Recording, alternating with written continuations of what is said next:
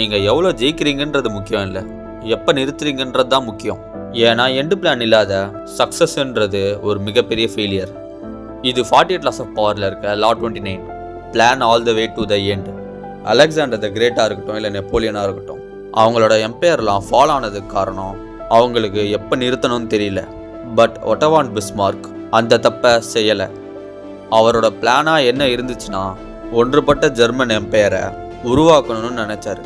அதுக்காக அவர் ஒரு எனிமி கூட மட்டும் சண்டை போடலை, டென்மார்க், ஆஸ்திரியா, ஃப்ரான்ஸ்னு எல்லாரையுமே தோக்கடிச்சாரு. ஜெர்மன் எம்பையரோட சான்சலராகவும் ஆகுறாரு. அண்ட் பிஸ்மார்க் அங்கே ஸ்டாப் பண்ணுறாரு.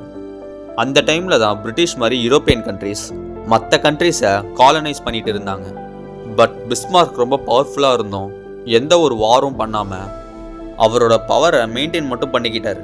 நீங்கள் எண்டிங்கை பிளான் பண்ணாமல் இருக்கிறது கேம்பிள் பண்ணுற மாதிரி.